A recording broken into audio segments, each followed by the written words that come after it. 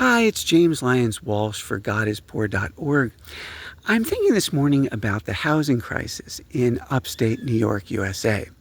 Yesterday, I was reading a column by Chris Churchill, a writer in the Albany New York Times Union. He wrote about a meeting in a town south of Albany where people with money were reluctant to relax housing construction rules in order to make it easier for people with less money to be housed. And this town is known for liberals. People are thought to be liberal. They're, God love a liberal, right? And ironically, the town's name is Bethlehem, right? And then there's a famous story about there being no room at an inn in Bethlehem a couple thousand years ago.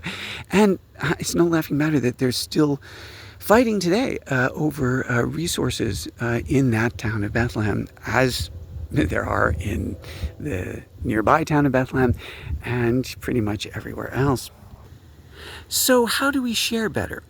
Well, this house where I live was occupied for years by a widower. And his life here was subsidized through the tax code by rebates to encourage older people to stay in their homes and not let out rooms, take in boarders.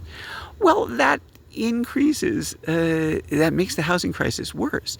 It tends to drive up housing prices, which people use to finance their retirements. I guess that's good, but then housing is more expensive for people who don't own homes and are trying to buy them. You need a balance. Too much of a good thing is bad, and too much encouragement of older people to stay where they are, makes life difficult for younger people starting out. And this is one of the reasons I assign the father and the son to opposite sides of arguments. The father representing the haves and the son representing the have-nots, so that they can, argue their points, and we can use the Holy Spirit to choose between the way of the father and the way of the son. Another problem is exemplified over here. Our neighbor has been taking out trees and may build something. If it's housing, I think that'd be great. But car centricity makes everything so inefficient.